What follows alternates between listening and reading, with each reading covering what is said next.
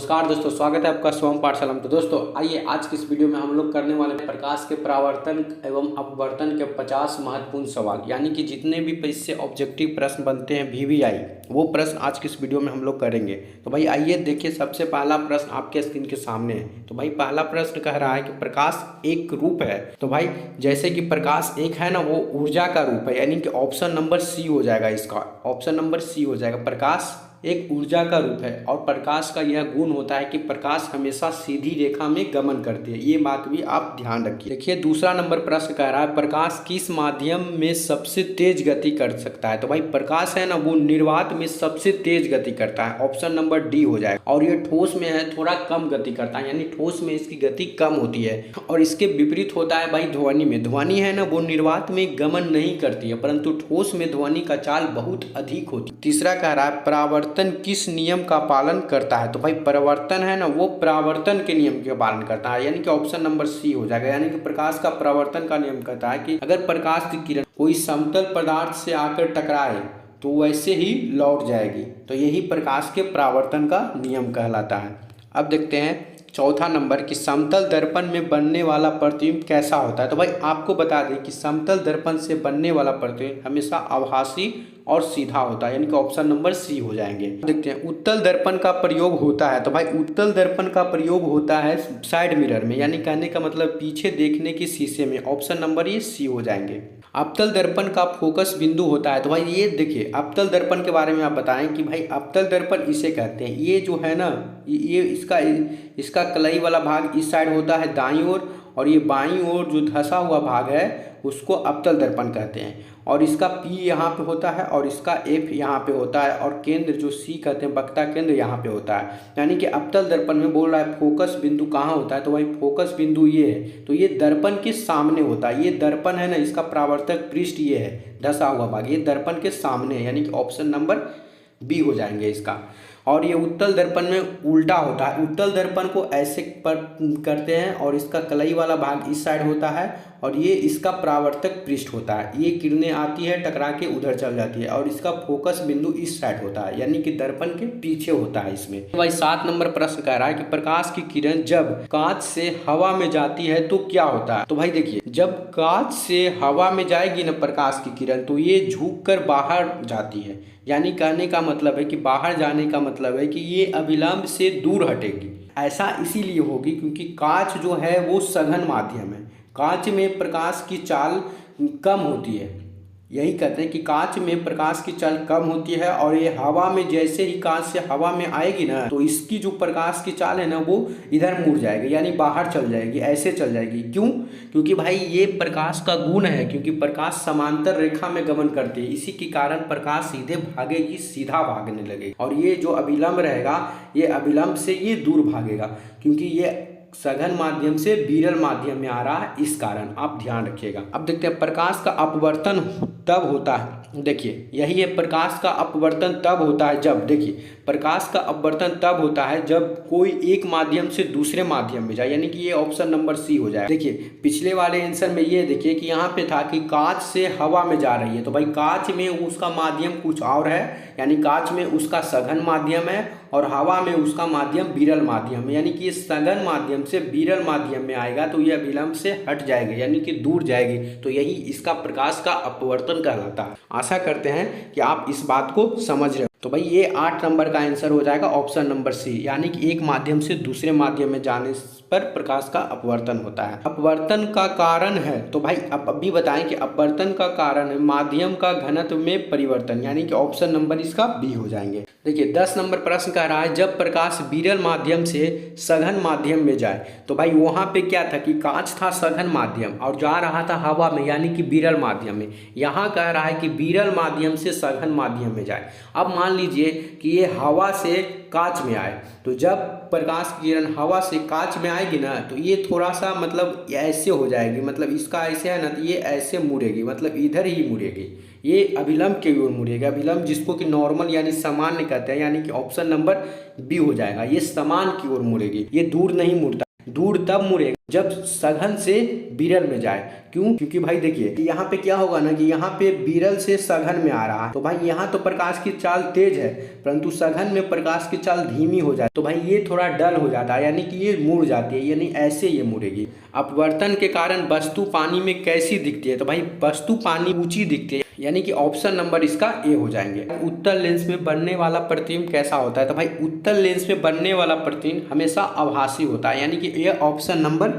B हो जाएगा। तो भाई देखिए यह प्रश्न कह रहा है कि उत्तल लेंस में बनने वाला प्रतिबिंब कैसा होता है। तो भाई आपको बता दें कि प्रतिबिंब होता क्या है। तो भाई प्रतिबिंब किसी वस्तु की छाया को कहते हैं, उसे हम इमेज कहते हैं, प्रतिबिंब कहते हैं। तो ये प्रतिबिंब होता है ना, ये प्रतिबिंब बनने के कम से कम प्रकाश की लौटती दो किरणों को आपस में टकराना होगा। यानी अगर मान लीजिए ये अवतल दर्पण है, अगर कोई किरण समांतर आए तो ये फोकस से निकलेगी और एक किरण और इधर से आना चाहिए तब जाकर फोकस से निकलेगी, या यहाँ पे टकराएगी ना, यहीं पे ये प्रतिबिंब बनता है, इसी को हम प्रतिबिंब कहते हैं। और देखिए अगर ये सच में टकरा जाए तो उसे हम कहते हैं वास्तविक प्रतिबिंब, और ये सच में नहीं टकराए तो उसे कहते हैं आभासी प्रतिबिंब। और उत्तल लेंस में ऐसा ही होता है कि उत्तल लेंस में जितने भी प्रतिबिंब बनते हैं ये सब आभासी होते हैं, यानी कि प्रतीत होते हैं कि ये टकरा रही है परंतु ये वास्तव में नहीं टकराती है किरणें, यानी ऑप्शन नंबर यहाँ पे बी हो जाएंगे। 13 नंबर प्रश्न कह रहा है कि फोकस और वक्रता केंद्र के बीच वस्तु रखने पे अवतल दर्पण में प्रतिबिंब कैसा बनेगा। तो भाई अगर आप लोग प्रतिबिंब के बारे में अच्छे से नहीं समझ रहे हैं तो भाई हमने YouTube पे प्रतिबिंब से रिलेटेड एक संपूर्ण वीडियो बनाया है, चाहे तो आप उसे देख सकते हैं। उसे देखने के बाद आपको ये सब प्रश्नों को देखना नहीं पड़ेगा, आप देखते ही ये सब प्रश्न को मार दीजिए। तो देखिए भाई यह प्रश्न क्या है, तो भाई इसमें कह रहा है फोकस और वक्रता केंद्र के बीच वस्तु रखने पर अवतल दर्पण में प्रतिबिंब कैसा बनेगा। तो भाई देखिए आप ध्यान रखिए कि भाई अवतल दर्पण में बनने वाला प्रतिबिंब है ना वो वास्तविक होता है और अवतल दर्पण आभासी प्रतिबिंब भी बनाता है, ये बात भी ध्यान रखिए। और ये बड़ा प्रतिबिंब भी बनाता है और छोटा भी प्रतिबिंब बनाता है और सीधा भी बनाता है या उल्टा भी बनाता है, यानी कि भाई अवतल दर्पण हर प्रकार के प्रतिबिंब बनाते हैं। और इसका ऑप्शन नंबर हो जाएगा भाई 13 के हो जाएगा सी, यानी कि ये बड़ा और वास्तविक बनेगा।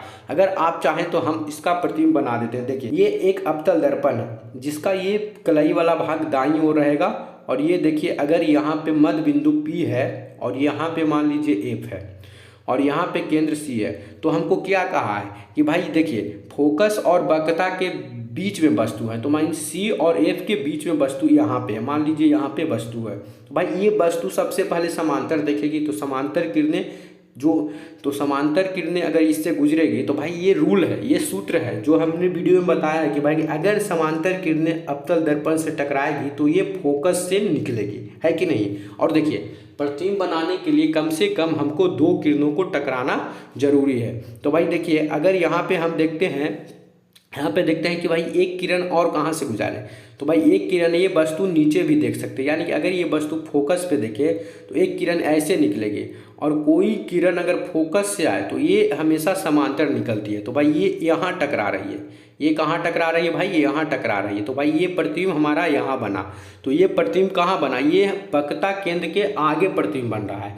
और ये प्रतिबिंब कैसा है, ये वस्तु से बड़ा बन रहा है क्योंकि वस्तु मात्र इतना छोटा था और ये प्रतिबिंब हमारा इतना बड़ा बन गया और उल्टा बना और वास्तविक बना। वास्तविक क्यों बना, क्योंकि ये किरणें सच में टकराई है, तो यानी कि ऑप्शन नंबर इसका सी हो जाएंगे, बड़ा और वास्तविक। और इसके बारे में और बोल सकते हैं कि भाई ये उल्टा है और सी के आगे है, इतना ही बात इसके बारे में बोल सकते हैं। यानी कि उत्तल दर्पण हमेशा आभासी और सीधा प्रतिबिंब बनाता है और छोटा प्रतिबिंब बनाता है। इन तीन बात को आप ध्यान रखिए कि उत्तल दर्पण से बनने वाला प्रतिबिंब हमेशा आभासी व सीधा तथा वस्तु से छोटा रहता है, यानी कि ऑप्शन नंबर इसका बी हो जाएंगे। और भाई एक बात और बता दें कि भाई उत्तल दर्पण से ज़्यादा केस नहीं बनते। अवतल दर्पण में 6 प्रकार से प्रतिबिंब बनते हैं और उत्तल दर्पण में मात्र 2 प्रकार से ही प्रतिबिंब बनते हैं। अगर वस्तु अनंत पे हो और अनंत छोड़कर वस्तु कहीं पर हो तब बस। अब देखिए 15 नंबर प्रश्न देखते हैं कि लेंस की क्षमता का मात्रक क्या होता है। तो भाई लेंस की क्षमता का मात्रक डायोप्टर होता है, यानी कि ये ऑप्शन नंबर सी हो जाएंगे। 16 कह रहा है अपवर्तन में कोण का संबंध होता है। तो भाई अपवर्तन में कोण का संबंध अपवर्तनांक से होता है, यानी कि ये ऑप्शन नंबर इसका ए हो जाएंगे। समतल दर्पण में छवि कैसी होती है। तो भाई समतल दर्पण में आभासी बनता है, यानी कि ऑप्शन नंबर इसका डी हो जाएंगे। अब देखते हैं अवतल दर्पण का प्रयोग किया जाता है। तो भाई अवतल दर्पण का प्रयोग किया जाता है सूरज की किरणों को फोकस करने में, यानी कि हाँ ये सही है। अभी बोले थे ना कि अवतल दर्पण ये है, धसा ये भाग परावर्तक पृष्ठ है और इधर जो दाईं हो रही है वो कलई वाला भाग है। अगर कोई इसका मान लीजिए ये एफ है और ये इसका केंद्र सी है और ये पी है, अगर कोई समांतर किरण इससे टकराए तो ये फोकस से निकलेगी। भाई ये सूत्र है इसका, क्योंकि अगर यहाँ ये समांतर किरण टकराएगी तो ये निकलेगी ऐसे फोकस पे। तो सूरज की किरणें फोकस करने के लिए अवतल दर्पण का प्रयोग किया जाता है, यानी कि ऑप्शन नंबर ए हो जाएंगे। उत्तल लेंस के केंद्र से होकर जाने वाली किरण, देखिए भाई वक्रता केंद्र से कोई किरण आए तो जैसे वो जिस रास्ते से आएगी ना वही रास्ते से किरण निकल जाएगी, यानी कि अपरिवर्तित नहीं होती है, यानी कि अपरिवर्तित नहीं होते, यानी कि वो बदलती नहीं है, जैसे आएगी वैसे ही निकल जाएगी, यानी कि ऑप्शन नंबर इसका ए हो जाएंगे। देखिए दृष्टि दोष सुधारने के लिए कौन सा लेंस का प्रयोग करते हैं? तो भाई दृष्टि दोष सुधारने के लिए ये उत्तल लेंस, यानी कि ऑप्शन नंबर ए हो जाएगा। अवतल दर्पण को इंग्लिश में क्या कहते हैं? तो भाई अवतल दर्पण को इंग्लिश में कॉनकेव करते हैं, और ये प्लेन को करते हैं समतल, और ये कॉन्वेक्स को कहते हैं उत्तल। इस बात को ध्यान रखिए, ये तीनों बात को। देखते हैं अपवर्तन की खोज किसने की थी? तो भाई स्नेल ने है ना वो अपवर्तन की खोज किए थे, ऑप्शन नंबर बी हो जाएंगे। प्रकाश की गति लगभग होती है, ये होती है 3 × 10⁸ मीटर पर सेकंड, ऑप्शन नंबर बी हो जाएंगे इसका। पानी में तिरछी चम्मच मूर्ती हुई क्यों दिखाती है? ये टूटती नहीं मूर्ती होगी। पानी में तिरछी चम्मच टूटती हुई क्यों दिखती है? तो भाई ये होता है प्रकाश के अपवर्तन के कारण, यानी कि ऑप्शन नंबर बी हो जाएगा। यही हो गया माध्यम में परिवर्तन के कारण। देखिए परावर्तक तल पर कौन सा नियम लागू होता है? तो भाई परावर्तक तल, जो परावर्तक सतह होता है ना, ये प्रकाश के परावर्तन का नियम लागू होता है, यानी कि ये ऑप्शन नंबर बी हो जाएंगे। अब देखते हैं भाई परावर्तित किरण और आपतित किरण और अभिलंब। तो देखिए ये एक दर्पण हो गया जो कि परावर्तक पृष्ठ हो गया। अगर कोई आपतित किरण है इस पे और परावर्तित किरण जा रहा है और ये बीच में जो नॉर्मल जिससे अभिलंब खींचे, तीनों एक ही तल में होते हैं, ये अलग अलग तल में नहीं होते हैं, ये एक ही तल में होते हैं, यानी कि ऑप्शन नंबर बी हो जाएंगे इसका। देखते हैं सामान्य क्या होता है? तो भाई सामान्य को अभिलंब कहते हैं, यानी कि ये आपतन बिंदु पर लंब डाली गई रेखा है, इसे नॉर्मल भी कहते हैं, ऑप्शन नंबर डी हो जाता है। देखिए ये दोनों है ना, इसके बीच में जो लंब डाला जाता है ना, इसी को हम सामान्य कहते हैं। अब देखते हैं यदि आपतन कोण 30 डिग्री है और परावर्तन कोण 60 डिग्री है, तो भाई ये कभी हो ही नहीं सकता, क्योंकि परावर्तन के पहला नियम ही कहता है कि भाई आपतन कोण परावर्तन कोण के बराबर होते हैं। यदि आपतन कोण 30 डिग्री है तो परावर्तन कोण भी 30 डिग्री होना चाहिए, यानी कि यह नहीं हो सकते, यानी कि ऑप्शन नंबर इसका बी हो जाएंगे। यदि प्रकाश की किरण समान की ओर मुड़ती है, यानी कि अभिलंब की ओर मुड़ती है, तो भाई देखिए अगर ये अभिलंब की ओर मुड़ रही है, यानी कहने का मतलब है कि पहले यह मजबूत था और आगे चल के यह कमज़ोर हो गया, डल हो गया, इसीलिए यह मुड़ गई। तो यानी कहने का मतलब है कि ये पहले जो था ना, ये विरल माध्यम में था और फिर ये आ गया सघन माध्यम में, यानी कि ऑप्शन नंबर इसका ए हो जाएगा। देखिए सघन माध्यम में होता है कि प्रकाश की गति एकदम कमज़ोर हो जाती है, यानी धीमा हो जाती है। यानी सघन माध्यम कहने का मतलब कि जब ज़्यादा भीड़ रहेगा ना, तो ज़्यादा भीड़ में चलने में कठिनाई होगी, वही होता है सूर्य के। भाई ज़्यादा भीड़ में सघन माध्यम में इसको कठिनाई होती है, और विरल माध्यम में यानी कम भीड़ में इसको चलने में कोई कठिनाई ज़्यादा नहीं होती। 30 कह रहा है अवतल दर्पण का फोकल लंब कितना होता है? तो भाई ये फोकल लंब होता है r/2, क्योंकि भाई r बराबर ही होता है भाई 2f, ये होता है इसका फार्मूला। और अगर f निकालें तो ये r/2 हो जाएगा, यानी कि ऑप्शन नंबर सी होंगे इसका। देखते रियल प्रतिबिंब का मतलब, यानी कि वास्तविक प्रतिबिंब का मतलब है कि जिसे पर्दे पर प्राप्त किया जा सकता है, यानी कि ऑप्शन नंबर ए, जो किरणें सच में मिलती है उसे वास्तविक किरण कहते हैं। 32 कह रहा है समतल दर्पण का फोकस बिंदु। भाई समतल दर्पण का फोकस बिंदु नहीं होता है भाई, ऑप्शन नंबर सी हो जाएंगे इसका। लेंस में अपवर्तन 2 सतहों पे होता है, हाँ जरूर, लेंस में अपवर्तन 2 सतह पे होता है, यानी कि हाँ ऑप्शन नंबर ए हो जाएंगे इसका। प्रकाश का कौन सा गुण परावर्तन और अपवर्तन दोनों में आवश्यक है? तो भाई प्रकाश की दिशा जो है ना, प्रकाश हमेशा समान दिशा यानी एक ही दिशा में गमन करती है, ये गुण है ना, परावर्तन में भी लागू होता और अपवर्तन में भी लागू होगा, यानी कि ऑप्शन नंबर बी हो जाएगा। कोई वस्तु उत्तल दर्पण के पास लाने पर प्रतिबिंब कैसा बनेगा? तो भाई आपको हम बताएं कि भाई उत्तल दर्पण से प्रतिबिंब आभासी बनती है और वस्तु से हमेशा छोटा बनता है, तो यानी कि ये ऑप्शन नंबर बी ही होंगे।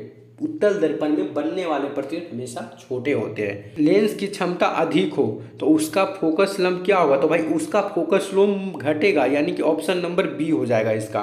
अब देखते हैं उत्तल लेंस को क्या कहते हैं। तो भाई उत्तल लेंस को हम कॉन्वेक्स कहते हैं। ये ऑप्शन नंबर बी हो जाएगा। प्रकाश की प्रकृति है कण और तरंग, ये दोनों है। ये अनुप्रस्थ तरंग है और ये कण भी है, ये दोनों है, यानी कि ऑप्शन नंबर सी हो जाएंगे ये। अपवर्तन कोण का मान बढ़ेगा। तो भाई अपवर्तन कोण का मान तभी बढ़ेगा जब देखिए कोई अगर माध्यम सघन माध्यम से विरल माध्यम में आए और विरल माध्यम में आए तो ये अभिलंब से दूर हटेगी और दूर हटेगी तो ये जो अभिलंब रहेगा और ये कोण का मान बढ़ेगा, यानी कि अपवर्तन कोण का मान बनेगा सघन से विरल होने पे, यानी कि ऑप्शन नंबर ए हो जाएंगे। अब देखते हैं जब प्रकाश हवा से जल में जाता है तो क्या होता है। तो भाई देखिए जब प्रकाश हवा में प्रकाश की चाल विरल होती है, यानी कि तेज होती है, इसमें जो कठिनाई नहीं होती है, और जल में ये सघन माध्यम है। तो भाई देखिए जब कोई विरल माध्यम से सघन में माध्यम में जाएगा तो ये झुक जाएगा, ये डल हो जाएगा, यानी कि ऑप्शन नंबर बी हो जाएगा। ये समान की ओर झुकेगी, यानी अभिलंब की ओर झुकेगी। दृष्टि दोष, निकट दृष्टि दोष के लिए कौन सा लेंस का प्रयोग करते हैं। तो भाई एक बात ध्यान रखिए कि निकट दृष्टि दोष के लिए हम अवतल दर्पण का प्रयोग करते हैं, यानी कि अवतल लेंस, और दूर दृष्टि दोष के लिए हम उत्तल लेंस का प्रयोग करते हैं। इन दोनों बात को आप ध्यान रखिए। समतल दर्पण में हम खुद को देख सकते हैं। भाई इसका एक ही कारण है कि भाई परावर्तन का कारण है, यानी वह परावर्तन करता है, इसी कारण हम समतल दर्पण में खुद को देख सकते हैं, यानी कि ऑप्शन नंबर सी हो जाएंगे। कौन सा दर्पण दूर की वस्तु को पास और बड़ी दिखाता है। तो भाई दूर की वस्तु को पास और बड़ी दिखाने का काम है अवतल दर्पण का, यानी कि ऑप्शन नंबर बी हो जाएंगे ये।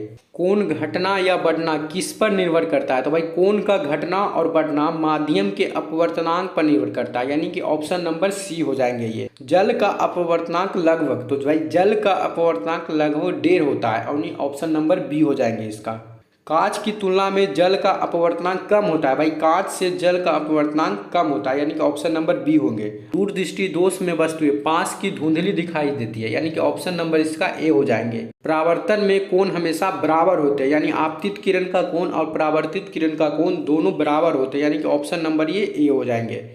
देखते हैं धूप में तवे पर चाकू की छाया क्यों नहीं बनती है। क्योंकि भाई चाकू एक चमकीला धातु होता है, चाकू एक धातु है जिसमें चमक होती है, इसी कारण उसमें इमेज नहीं बनता है, यानी कि धातु के चमकने के कारण उसकी छाया नहीं बनती है, यानी ऑप्शन नंबर इसका सी हो जाएगा। अब देखते हैं, देखिए भाई ये मोस्ट इंपोर्टेंट प्रश्न है, जो कि प्रश्न पहले आना चाहिए था पर भाई ये लेट से। तो भाई देखिए प्रश्न कह रहा है अभिसारी किरणें किसे कहते हैं। तो भाई अभिसारी किरणें वैसी किरणें हैं जो कि भाई सभी किरणों को एक बिंदु पे लाए, उसे कहते हैं हम अभिसारी किरणें। और भाई देखिए अवतल दर्पण और उत्तल लेंस, ये दो बात को ध्यान रखिए, अवतल दर्पण और उत्तल लेंस ये दोनों अभिसारी किरणें हैं। और एक बात और ध्यान रखिए कि देखिए अपसारी किरणें उसे कहते हैं जो कि किरणों को फैलाए, यानी कि कोई किरण उस पर टकराए और वो किरणों को फैला दे, उसे कहते हैं हम लोग अपसारी।